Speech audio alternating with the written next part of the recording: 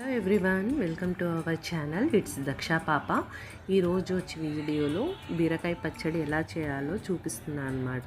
So first వచ్చేసి కొన్ని పల్లీలైనా నువ్వులైనా వేయించుకొని పక్కకు పెట్టేసుకోవాలి. అలాగే జీలకర్ర, పచ్చిమిర్చి, ఈ డ్రై ఐటమ్స్ అంతా వేయించుకున్న తర్వాత మన మెయిన్ ఇంగ్రీడియంట్ బీరకాయలు ఏంటంటే తొందరగా మగ్గిపోతాయి కాబట్టి కొంచెం నూనె వేసుకొని మనం కలుపుకొని మూత పెట్టేసుకొని మగ్గిన తర్వాత మళ్ళీ ఒకసారి కలుపుకొని చూసుకుంటే మనకి ఈజీగా తొందరగా ఉడికిపోతాయి అన్నమాట.